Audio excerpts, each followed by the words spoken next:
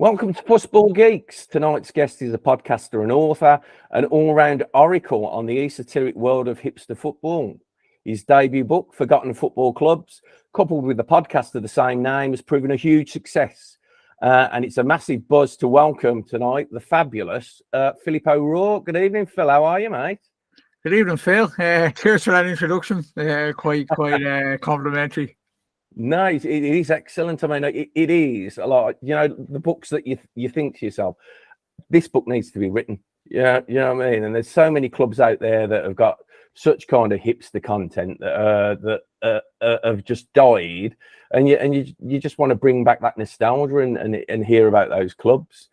So I anticipate that's what compelled you to embark on the Forgotten Football Clubs project, isn't it? Is that what really got you kind of juices going when you went into the project? Yeah, big time. It's something that started off 2019. Started off only League of Ireland clubs. There's actually 42 now. There's been 2 gone since I started. Limerick FC and Cabinteely. Cabinteely merged with Bray Wanderers, of course. And from there, I kind of just then was like, hang on, this could go even further than Ireland, and looked at, then the UK was the next kind of stopping point.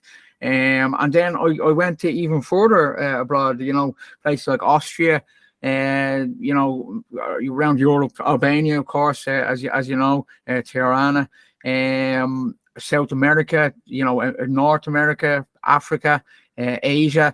Africa and Asia are probably the 2 that I probably haven't looked into in depth. Asia I have, but I only included, I think, 2 clubs from Japan, one from Japan, one from China, 2 from Australia, but I kind of see Australia as a different continent. Africa was a difficult one, but I have since, after the book, delved into Africa, and there's plenty of forgotten clubs there. So I will, future projects, Africa will be looked at in more depth. But 100%. That's what I felt. I felt modern football these days is covered to death, I suppose. We have Sky, we have BT, we have ESPN, we have all that sort of stuff. So why not go back in history and have a little look at the football clubs that have been forgotten? Not literally, as some people think, but in a historic sense. Yeah, you're absolutely right. These stories need to be revisited because they're still relevant. You see clubs die all the time nowadays, don't you? And so it will always kind of be a resonant theme within kind of like football conversation. Today we're gonna cover three of those teams that you kind of mentioned, and we're going to start with a club that was very close to your home. And that's Sporting Fingal. So give us a little bit of context around Sporting Fingal. Tell us a little bit about the early history, where they came from. Yeah, so I was 18 when Sporting Fingal were created. So I'd have to get into a bit of geographical stuff about Ireland. So Ireland has debatable 32 counties, 6 of them are north. That's all kind of politics. We won't get into that.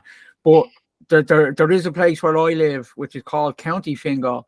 Now, it's not an official county, but I think it is an actual county, but it's not. It's a weird one, but it's called County Fingal. It's basically the region just past the airport. So when you come into Dublin Airport, if you turn right when you're coming out of it, you're going into Dublin City, and where most people go when they visit Dublin. But if you go left, you come to a town called Swords, which is where I'm from, and I've lived here for 30 odd years. Now, it used to be just all cornfields and just a few houses and kind of a bit countryside, but now it's huge. It has a population of 50,000. It's still growing. Apartments, everything is here. Shopping centres, all that. But then there's other towns around Swords, like satellite towns, like places like Malahide, Balbriggan, Lusk, Rush. These towns, if you look them up, are all spotted around. So the population of actual County Fingal is 250,000 if you add all these towns in. We have no football club at the moment. So you imagine a town, say in UK, with 250,000 residents and doesn't have a football club. So the whole thing about Sporting Fingal was to give the area a football club. The closest football club to me would be Shelbourne FC, but to get there would probably take about an hour on the bus on a Friday night. And that an hour there and an hour back to Talca Park. Funnily enough, I was only speaking to one of my friends here the other day. It would actually be quicker for me to go to a Liverpool game. Me living right beside Dublin Airport, jump on it. You'd obviously have to do your waiting for the plane and all, but you could have a pint while you're doing that. Fly over to Liverpool, half an hour, get to Anfield and all, and go to Anfield. Then it would be to go to Talca. So it is it's a weird one, and that's why Sporting Fingal was created. A bit of animosity towards them because there's this thing that we don't need more Dublin clubs in League of Ireland. We have enough. There's Pats, who I actually follow, Rovers, Shamrock Rovers, Bohemians, Shells, and UCD. So people think there's enough. We need more clubs around the country, which I actually do believe, but I also believe that my area needs a football club. There's 250,000 people here. It needs it. Sporting Fingal was born with the intent of that being the football club. Liam Buckley was the man. He was basically the brainchild behind it. He became the manager. And along with Conan Byrne, who was a stalwart player, but he was also a kind of general manager, marketing manager and stuff along with it.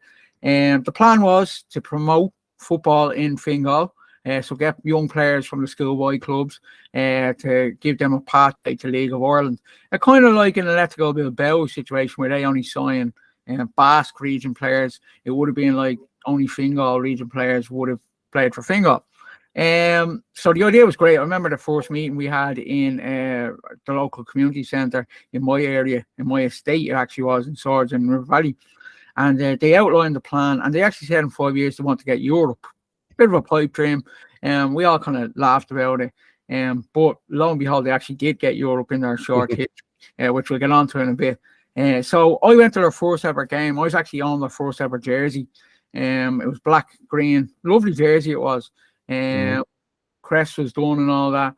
The first game was out in Longford, who had only gotten relegated from the Premier Division. We were initially only going to apply to be in what was known as the Championship A league, which was basically the third tier of Irish football, non-league. It's not a professional league, but Kilkenny City, another forgotten football club from Ireland, they dropped out and Fingal took their place. So as I said, first game was against Longford, who had only gotten recently relegated, and it was an away game out in it was called Flanker Park. It's called something else now, Bishopsgate, whatever. It has different sponsor names. And me and I think it was 9 others went out to little fiestas, drove out to Longford, which is in the Midlands of Ireland, on a Saturday. And Liam Buckley and all were quite surprised. I think Longford fans were quite surprised to see us because they didn't think to have any fans. We took our little post in the side of the stand. Longford had a good crowd because they'd only gotten relegated, so they'd obviously want to go back up straight away. There was a funny point in the game though where they all started singing "Stand Up for the Longford Town." So 9 of us or 10 of us sat down, and as soon as they stopped, we all stood up and said, "Stand up for the Fingal." And they all laughed and applauded us because there was only 10 of us. It was quite funny. Buckley and all kind of looked at us and they were all laughing. It started off great. A bloke called Peter Hines scored probably the best goal I've ever seen live in football. 40-yard out, lobbed the keeper, and we were like, "Here we go. This is Sporting Fingal. We're Premier. We top club in a year or two." But we lost the game 5-1. From inauspicious starts. That was 2007, wasn't it, Phil? 2007, 2007-2008 season. So I was only 18 at the time. And it was after that it kind of we got the bug of it. I'd been to League of Ireland games before. I'd been to bowls, shells with my mates and stuff like that, but there was not that connection that I had with Fingal, because Fingal were my local club. Our home stadium then was Morton Stadium, which is actually an athletics track. It's in Fingal, just on the border, in a place called Santry, just past the airport. Not a great stadium. Shamrock Rovers have played there before. when they were wandering around Dublin looking for a home. Dublin City, another football club, forgotten football club that was attempted. They played there, so it has been used, but it's not great. We only got home crowds of about 500. The big games were when we played Shelbourne, because they were the derby games, and Shell didn't like us at all. They called us sporting franchise. They didn't like us at all, and they had banners and all. They pretended that we weren't anything to them, but if they're creating banners about you, we irked them a little bit, which was kind of good. And we used to get the better of them most of the time, and that was also kind of good. We've got a good bit of rivalry, which was nice. Going to Talca Park was always a fun experience. There was plenty of police there and stuff. I don't know why, because I don't think there would have been much trouble. There was a bit of shouting, a bit of banter and stuff, but I had mates who support Shells. I remember we got outside the stadium for after a game, and one of my good mates, known him years since I was like 6, he used to play football with him on every team, and a big Shells fan, still is to this day. And he was on the other side of the road, and it was a kind of Green Street moment or a football factory moment where we're all on the other side of the road. Now I'm only 18 at this point, with all my mates, and they're on the other side, and they have their gear on, and we're shouting across, oh, come on. Nobody's going to do anything, but yourself, everybody's just kind of shouting. And then we end up getting the same bus home. We're sitting on the same bus getting home, which was just about it. And he's like, oh, we're just giving it that. You were scared. And I was like, no, we weren't. And it was looking back on it, it was quite funny. But then first division days, traveling around Tuesday nights to Athlone Town, going to Galway, playing the likes of UCD, Dundalk away. Dundalk were quite a big club. They were in the first division at the time. Kildare County, another club who's a forgotten football club. Monaghan, another one. They're gone as well. So the league was full of clubs that eventually went by the wayside, but we had fun that first season. It was a great experience with all my mates traveling around in the fiestas and little naggins, vodka and going to Waterford and causing a bit of mayhem, but meeting people and enjoying it. Really, the memories are great. Brilliant, mate. And tell us about this kind of elusive character who kind of financed the club, Jerry Gannon. What was his history, and what did he bring to Fingal? So Jerry Gannon, I never met him, never saw him at a game. I'm sure he was, but he was basically a property developer from the area. So him and the Fingal County Council decided they were going to be the ones that were going to bankroll this. I don't really know how he got involved. I'm assuming Liam Buckley might have known him or something like that. I don't know. But he was basically the main shareholder, if you like, the main man who was paying the wages. As I said, the first season, there wasn't many wages to be paid. It was basically a bunch of journeymen and kind of young fellas that were in the side. But we loved it. We loved it. We had like a character called Robbie Doyle who had played for Blackburn, but only briefly, but he lived off this, and he was a bit of a Marmite character. So a lot of people didn't like him the way he went on. He used to wear tights and these football tights while he was playing. When he scored, he used to do mad celebrations. His hair was mad. He was a bit of a showman, but he was one of our top goal scorers. So you'd have to like him. But Jerry obviously paid the money, and around 2008, 2009, as then things were getting a little bit rocky in the financial world, I suppose. But at that time, Swat and Fingal were thriving. We got promoted after our second season through the playoffs, which meant we got to the Premier. And we also won the FAI Cup, which we got Sligo Rovers in the last minute, which was some experience out in Tallaght Stadium as well. But Jerry Gannon, as we'll find out in the end, he ran into a bit of trouble, and once the owner of a football club runs into a bit of financial trouble, the football club itself runs into trouble. Yeah, I mean, I read about it, Jerry Gannon. He transferred all the assets over to his wife in 2009, so he couldn't get done for it. It was all in her name, so he found himself protected there. So you won the cup at Tallaght Stadium against Sligo. With it was Colm James and Gary O'Neill, wasn't it? I read that scored the goals. Yeah. Take the story on to the next stage. What happened after that? Because is that what took him into Europe, the cup win. Yeah, the cup win. So you win the cup, like the FA Cup, you get into Europa League. So there you go. Liam Buckley was correct. We got into Europe after 2 seasons, and our third season we're in Europe, we're in the Premier. And that's when it started to change a little bit. That's when the money from Jerry Gannon became evidence that we needed, or not that we needed, it was that they started spending it. So I kind of at this point got disillusioned with it a little bit, because I wanted it to be like we were told, an Let's-Go Bow situation. It would be our club, the fans would be connected to the players, there would be Fingal players and stuff. But when we got to the Premier, obviously Buckley felt that there wasn't good enough talent pool in Fingal, or the young lads or whatever weren't going to do it for him.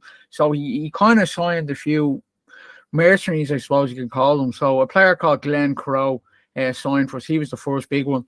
He's a player that actually became an Ireland international, and I think he made 2 caps. Big bowls player, big hero of bowls, big goal scorer. But at this point, he was about 34, like. But we also signed the Libyan international Ayman Zaid, who was also a big League of Ireland player. Now at this point, I was writing for a website, a big Irish website called extratime.ie. I was doing match reporting, and going to games and stuff. But I had done a course on journalism, and journalism is my passion. Football is also my passion, and I was a bit of an eager beaver. And I was like, hang on, we're only getting 500 fans in here at Martin Stadium. Now I knew about Jerry Gannon, but I was like, how are we affording to pay Glenn Crowe and Zaid and Shawnee Williams, who went on to play for Millwall, Portsmouth, and MK Don? Players like this. Ronan Finn was with us. He was only a young lad, but these type of players, I was like, how are we affording it? They're not here for free, like. So I investigated. I won't tell you how, but I got my hands on wage slips for Glenn Crowe and Ayman Zaid. Extra Time wouldn't let me publish it because they wanted to keep everything, I suppose, PC. I wanted everything positive about Irish football at the time.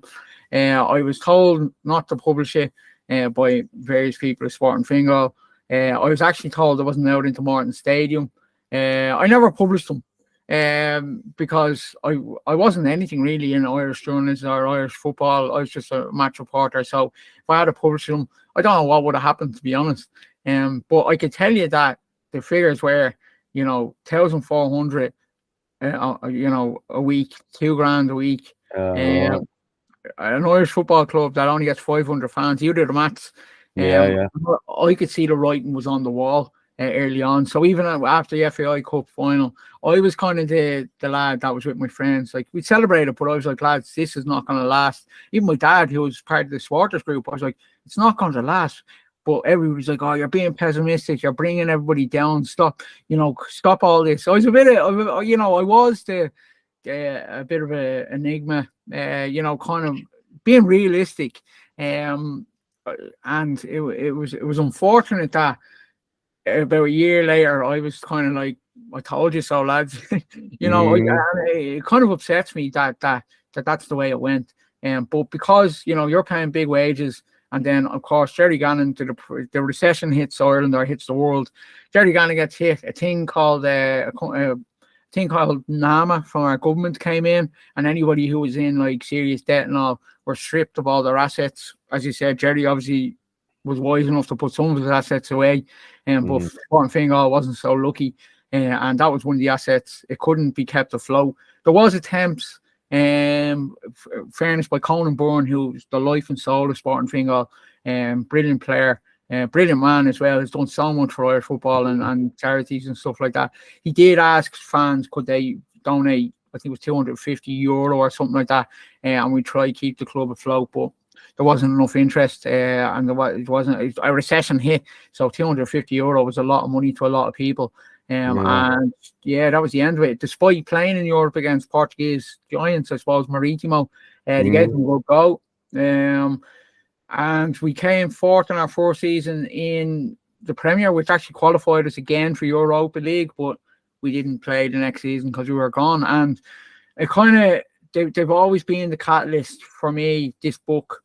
It's a wider the first chapter, because, as I said, I was the doom and gloom around at the time, but I was only being realistic. So now I just feel I need to give back positive memories to these things. Yeah. And Martin Fingal, as I said, I have great memories with mates that, they were always my mates before then, but we often talk about it. I actually, one of my good mates, I mentioned that. I will mention his name, Keith Martin. He actually got a Sporting Fingal tattoo. Yeah, SFFC on his ankle, and he still has it to this day. So there you go. So there was diehards, if you like. We were quite passionate about it. And it's just unfortunate that they're gone. I'll tell you what, mate, that's a collector's piece, him having that tattoo on his ankle. You'll be able to auction him off in the future. Yeah. So it was a short-lived 4-year kind of roller coaster ride that burnt hard and died equally as fast. Yeah. So let's move on to our second club now. We're going to delve into kind of Central European territory now, and into a league that, at the time this club were really established and we're doing great things, it was one of the strongest leagues in Europe. Many people wouldn't believe that now, but at the time, the country from which this club we're going to talk about next originated was one amongst the top 3 leagues in Europe, with their main teams performing in European finals and taking the kind of fight to some of the massive teams on the European stage. Would you like to elaborate and tell us what country we're talking about and what club we're talking about, Phil?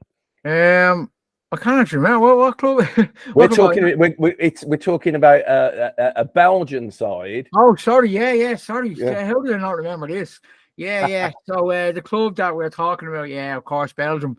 KSK Beveren are the club that you're talking about. My apologies. There's so many clubs, 50 clubs. There's so many of them.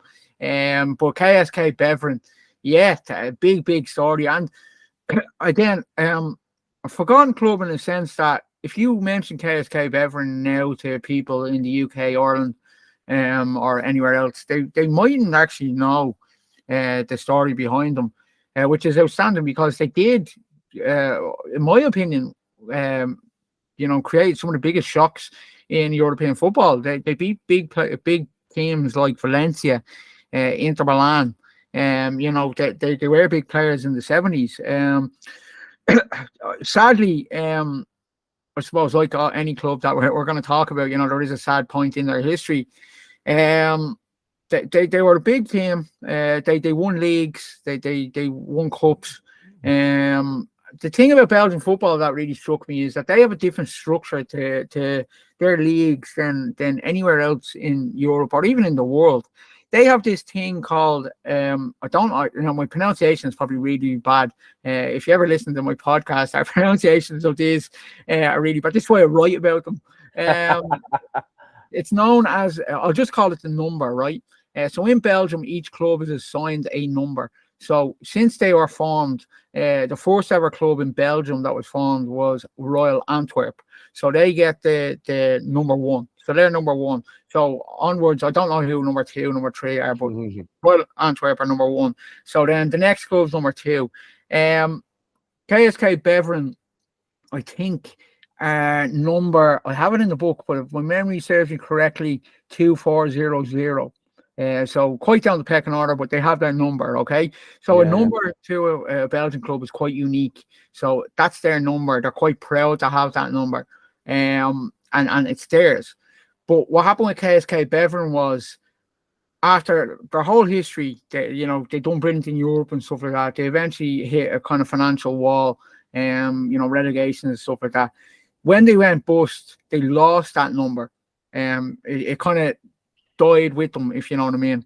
But when they went bust, it wasn't a kind of natural dissolve. It was more like, the best way to describe it is it was kind of an MK Dons, kind of Wimbledon situation, where another club came in and took them to a different town. Now, we had a board member of KSK Beveren on our recent podcast who explained it way more in detail. It's so complicated. He has actually written books on it. My chapter is the shortened version of it. Basically, the Wasland Beveren were then created. It's a different kind of province and stuff like that. But the fans of the original KSK Beveren were like, no, we're not Waslands, we're KSK Beveren. There was all legal battles and all. The fans then said we're creating our own club, but they wanted to get their number back, this elusive number. So it was a kind of battle over this number. Wasland Beveren, I think then there was a deal struck, as far as I know, where they said, look, you can have your number back, but we want to use your badge. So you're kind of dancing with the devil. The fans had a big committee meeting. They had a vote. A lot of them, there was tears and all involved. A lot of them were like, well, no, our badges are, our heart. And, they had to choose between their badge and the number. Basically, as Robin Beck, the board member who was on our podcast, had explained to us. And when he was telling his story, like, you could hear the emotion in him. And you can only imagine all these people with this football club. They had to go to court to get all these. Like, there was huge legal battles going on. Wasland and Beveren were kind of financed by these American businessmen as well. So you can imagine it's kind of David against Goliath. And KSK Beveren, as I said, it's a weird one because they were the David of the story. Yeah, they were a big club in themselves back in the 70s, beating Inter Milan and Valencia, as I mentioned, and going on European runs. Getting to semi-finals and stuff like that, beating Anderlecht in cup finals, I think. Yeah. So in a way, it was kind of like, they are a big club, but they're now a smaller club to a club that was created on the basis of them. It was such a weird dynamic to it, and it really spiked my interest. I really did love delving into that whole story. It was so complicated, but so interesting. And as I said, Robin Beck, who came on and explained it to us. And I must point out, he was very, very, he was like, he had no hard feelings towards Wasland Beveren. He was very kind of diplomatic about it. He said, look, I don't go watch them. I don't necessarily support them, but I've no hard feelings towards them. They are a football club, but KSK Beveren we are KSK Beveren. This is our club, and they are playing in the lower leagues at the moment in Belgium.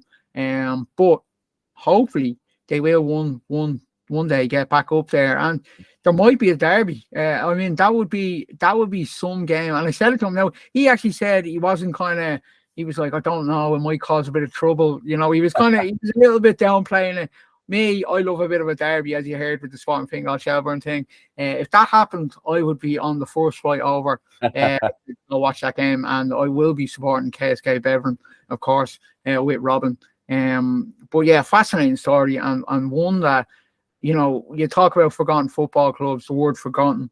They're not forgotten, like no club is forgotten, but their story was forgotten, really. And I think if you mention them to other people, maybe more modern fans nowadays, they wouldn't know. If you said it to older people, like my dad and all, they'd probably go, oh yeah, I remember them. But it would be just a kind of, I think, I remember, yeah, they beat Valencia, and that would be it. But they were a club with huge history in Belgium, and I just felt their story had to be told. Oh, mate, it is great, and the context is that when they were winning, they won the league in 79 and 84. In those seasons, the season directly before then, Anderlecht were winning 2 major European trophies, and in the 1984, that's when Anderlecht reached the UEFA Cup final. So they were playing in a league where there were teams that were kind of doing it in Europe. And they won the Belgian league. So it's a great story, mate. It's a great story, and that's contained within your book as well. So if anyone wants to see the full version of that, that's a place to go and have a look at it. Now, so we'll move on to a place that's closer to my home than your home, but still pretty close to home, just across the sea from you. And that's a team that fluctuate between England and Wales, don't they? There's I think half of the ground is in Wales and half of the ground is in England. Do you want to go into the story of this club for me? Yeah. We need to be careful what we say here, because I got a bit of backlash with this. No, look, their stadium is in England, but their offices are in Wales. I think that's something like that. It is, of course, Chester FC, or they were known as Chester City for a season. Yeah, look, they were one of the clubs I covered on my blog before I even wrote the book. And when I covered them on my blog, I said they were a Welsh club, and it then turned out that it got picked up. Relatively, it was one of my earlier entries, if you know what I mean. So I would have only had a few hundred people following me at the time on Twitter. But a Chester fan who I interviewed for it, he obviously retweeted and put into Chester football forums. So when he did, I then get kind of linked to it, if you know what I mean. So I went into these forums to see what people were saying. And to say that they weren't happy to be known as a Welsh club is an underestimation. A lot of people were happy with how I covered them. I mean, I covered their history and I love their story. One or two kind of niggled at it as you get at everything in life. But yeah, great story. We only covered them there on the podcast recently and got a great reaction to it. We had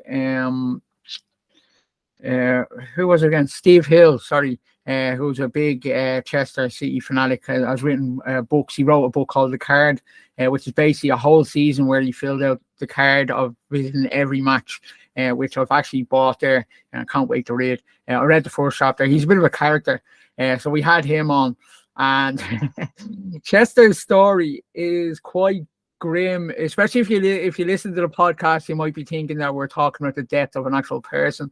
It's quite grim, the whole thing, but they have made a comeback of sorts. They're now a 100% fan-owned club as well, so they have their club back, in contrast to their big rivals, Wrexham, of course, who are owned by Mr. Robin McAnally, or whatever his name is, and Ryan Reynolds. So there's a big contrast there. And we asked Steve about that, and he just said, "Look, we own our club." Let's come back to it, and that's fine. And to be honest, I prefer his model than the billionaire owner, because I've been through that. Jerry Gannon was a billionaire, but he can, Ryan Reynolds, I don't think they will, but they could pull the rug, and if they do, that's it. Wrexham are in the mud, whereas Chester know that their fate is in their own hands now, and they know what it's like to go bust and go by the wayside, as you can find out. But yeah, great story, and their fans are a passionate bunch. They do have fans in Wales, so and Steve did say this. He was like, I did see that you got a bit of a backlash, but ironically, they have a lot of fans in Wales. They have a lot of fans, obviously, in Chester, which is England. But yeah, it's a great story. One of the bigger clubs that I covered, one of the more modern clubs, one of the clubs that kind of elevated me when I started my blog, and kind of when I done it. Maybe because it was a bit controversial, as I said, they were Welsh, but a lot of people then started to take notice of forgotten football clubs. It was one of my first kind of ones away from Ireland as well, so it was my kind of first delve into the UK and outside of Ireland. So I had to include them in the book itself, and yeah, they got a great reaction to it, to be fair. No, that's great. I've been, because I go and watch Solihull Moor games, and a couple of seasons ago, before they were relegated, I went to a few games where Chester turned up, and they do bring numbers. So it is the kind of epitome of a successful Phoenix club, and hopefully they will make that jump back into the league at some point, because they deserve it, don't they? They deserve that at least. Yeah.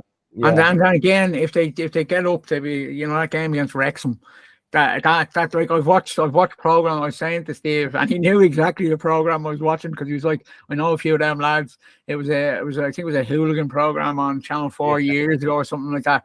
And Chester and Wrexham was one of the big games, and it looked ferocious. But they nearly played each other last year in the FA Cup, but Wrexham scored in the last minute to go through, and Chester lost their game in the last minute, so it never happened.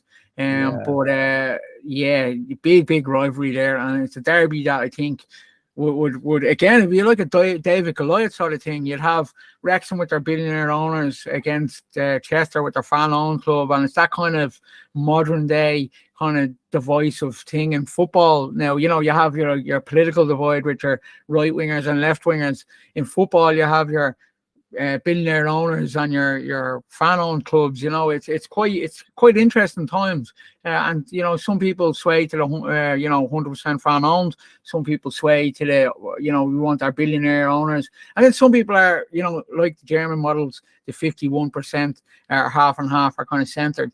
So it's interesting times. But Chester, I feel the work that's being put in, the fans, that what they've gone through, and I laugh at it because Steve was quite. While he was a character, you could see the pain on his face of the years of aging, of following Chester. But it's a labour of love, as you know yourself, Phil, when you support a football club that doesn't exactly bring the glory that other football clubs do. Oh, but you spend 90% of your life in a perpetual state of misery when you support. I'm a Birmingham City fan by tradition. I also support Solihull Moors, and it's been awful supporting Birmingham all my. It's been horrible, but you stick with it because it's in you. It's actually in you. So yeah. So anyway, guys, geezer, talking about things that are in you. We're gonna go for your drug of choice, which is Liverpool FC, but we're going to go into the dark territories of Liverpool's past, and you've selected 3 of the worst games ever as a Liverpool fan that you've observed. Would you like to talk us through the first one? Yeah, so I had a little bit of think about this and I had nightmares. So as a lad here in Ireland, Liverpool were my choice. My dad's a big Arsenal fan, so naturally I went with Liverpool. All my mates United fans, so I was actually one of the only Liverpool fans. So you can imagine I went through a lot of, I don't want to say the pain of Chester, but I went through a lot of barren spells in the 90s and the 2000s. The treble winning side 1999, that was a terrible year for myself. But yeah, the earliest one, okay, if I was going to go to it, was a game, I think it was 1997 or 98. It was against Chelsea, and we had lost 4-2 in the FA Cup. At this stage, I'd been supporting Liverpool since I was 4. But this game, I remember sitting in my old house with my dad. So my dad, a big Arsenal fan, and we played Chelsea, who were relatively, they weren't the Chelsea that we, modern times before the money. They had players though like Zola and Vialli and stuff like that, and there was often good games against them. 97, 98, I think they went on to win the FA Cup against Middlesbrough that year. Now, it could have been the year before. It was something around there, but I always remember sitting in the back room, in the sitting room, and we got beat 4-2. And I turned around to my dad and go, right, that's it. I'm supporting Chelsea. I've had enough of this. I can't go to school. I've had enough of this rubbish. 4-2. I'm watching absolute garbage here. This is like, I can't do it anymore. And my dad literally turned around to me and goes, no, you've chosen your club. Liverpool are your club now. That's it. You cannot change. You had your chance. You chose Liverpool. You're stuck with it. At that point, I'm thinking, Liverpool are never going to win anything ever again. I was born in 1990, and they had won the league literally the summer or the year. The May they won, and I was born in July, so they had never won the league up until obviously recently. But 90, that game I always remember was a dark moment. It was kind of like, I'm fed up with it. I was only 7 and I was fed up already after 3 years of following this. The likes of Phil Babb, Jason McAteer, and Neil Ruddock. What's his name? Not Phil Jones, Paul Jones, I think his name was. I had all the little figures and all. Remember the little bobblehead thing figures? I had all these figures that my nanny used to buy me. I had all the all the annuals, Liverpool annuals from back then. Of course, the shining lights were, Michael Owen, who was a boyhood hero of mine. Unfortunately, he's not anymore because he signed for United. And that was sent out the window. I ripped every poster or anything I had, threw it out after that. But that was the first game, when we lost to Chelsea 4-2. I forever remember that. Yeah, I remember that game. It was a cup game. They were 2-0 up at half time as well, Liverpool, and they blew it in the second half. And if I remember right, I think ex-Man United forward Mark Hughes he either got 1 or a brace in that game. So double jeopardy there, mate. So let's move on. Number 2. What's the second House of Horrors match in Liverpool's history. Yeah, so it wouldn't be complete without a loss to United. But the biggest one, the one that hurt the most, was now I can't remember the date. I do remember watching it though. We lost 2-1 in the FA Cup. I think we took the lead. Michael Owen scored. We took the lead, and I think it was Paul Scholes either got 2 or Nicky Butt, I think, might have scored the second. United came back at 1-2-1, and I just remember thinking, this is just going to go on forever. United are just going to dominate my life forever. It was a point where we were like, anytime we played them, we were never beating them. They always beat us, and I just had to keep going into school and just keep defending Liverpool. And it got to a stage where I just couldn't do it. I had the Roy Evans era. It was desperate stuff. We weren't signing anybody good. As I said, Michael Owen was the only decent player. Gerrard was young; he was coming through. But it was that game we lost. It was an FA Cup game. I remember we got knocked out by United. See, because the FA Cup was a big thing for me back then, because it was the only realistic kind of big trophy that we could win.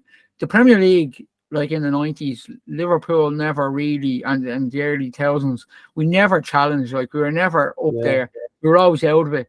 And we never looked like kind of going for it. So the FA Cup for me was like my time to kind of go, yes, we've won it. So when you get United and they take that away from you in a season, it was one of the earlier rounds as well. I think it was like the 3rd round or the 4th round. And you're kind of like, leave us alone. Let us have this with it. Like, let us have the, even the League Cup. We won a few League Cups, and they were kind of small little things that I used to kind of hang on to. Your Robbie Fowler scoring against, I think we beat Birmingham in a final, wasn't it? And that was in the Worthington's Cup. Worthington Cup, I remember that. Yeah, so them little things were kind of my little slices of hope. You go in and we won the League Cup, but sure, United fans then turn around to you and go, yeah, we won the Premier League again. Like, it was kind of like, but when they beat us in that FA Cup game, Scholes again, I was like, here, go, pal, go away, will you? Just have a bad season. Just have one bad season for me so we can, trump yous. And, when we did beat United then, like, I used to, my mates used to hide from me. It was the days before, like, kind of phone. We had phones, but it was SMS, so you wouldn't know if people were online or anything like that. No social media. So I would literally have to go around knocking on people's door and be like, yes, or ringing on the landline. And kind of lads would disappear for a week when Liverpool beat United, and my mates wouldn't see me. It was.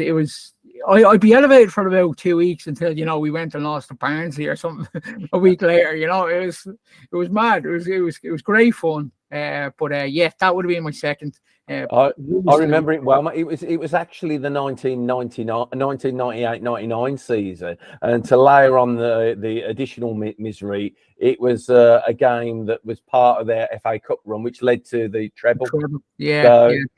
Sorry to mention that, but I kind of knew. Yeah, I kind of knew, because that game always is etched in my mind. That's the one game when we, like, obviously we lost United before, but that's the one game that's etched in my mind. I remember watching it in a pub. I rarely watched, kind of, because I didn't have Sky when I was growing up. Like, so me and my dad used to watch Teletext or CFAX for results to come in. For the FA Cup, you'd be able to watch it because we had BBC, so the FA Cup games were on. So that's why I was able to watch that game. But usually, like, Premier League games, I couldn't watch. So me and my dad would be sitting there watching CFAX, waiting for the kind of goal scores to pop up, and then we watch Match of the Day on a Saturday. That's kind of what we did. But that game I actually did watch. I actually watched it in a pub, not in my house, which was rare. But I always remember it. I remember we took the lead, Michael Owen, and I was thinking, right, here we go. This is it.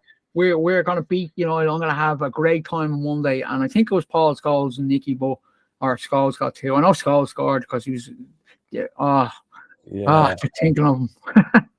It was a late show as well. It was a victory in what became known as Fergie time. Scoring in like minutes over the regulation 90, which became a feature of Manchester United in that era. Horrendous, mate. Horrendous. So let's move into number 3. What's your third one, Phil? Well, it has to be, if I didn't mention this one, the more modern one, the game against Chelsea, the Gerrard slip. Has to be. And I mean, as I mentioned, I was born 1990. Liverpool won the league in May. I'm born in July. So I'm going, they haven't won a league since I'm born. So everybody thinks I'm a Jonah. At this point, when we're playing Chelsea, all we have to do is get a point, and we're kind of home and hose, Obviously, Gerrard the week before, we beat Man City. Coutinho scores that brilliant goal. I'm jumping around. At this point, we have Sky, by the way, in my home. My dad's sitting there going, "Oh, you're finally going to do it about time." And I'm thinking we're going to do it. I booked my holidays for the end of May after we beat City. I'm going into work. My manager is I worked in a shop at the time, and my manager was a United fan. I'm going, right, book me off the end of May. I'm not coming in for a week. This is it. It's done. We play Chelsea. Gerrard slips, Demba scores, and I'm sitting there. And I'm actually in work after this game because I think it was an early kickoff. So I'm actually in work after this game. And I'm sitting there, my hands in my head, and I'm like, this is unbelievable. All we have to do is get a draw here, even just sit back 0-0. Because once they went 1-0 up, Mourinho at the time, we weren't going to score. We were never going to score. It was just one of those games. We were terrible. I don't know what happened.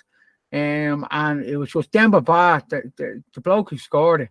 I don't think he done anything after that. I think he went to Besiktas or something like that, and just done. I think he played with Newcastle, maybe. I don't know. It was a hard. I could still see the goal. It was heartbreaking, especially like to see Gerrard.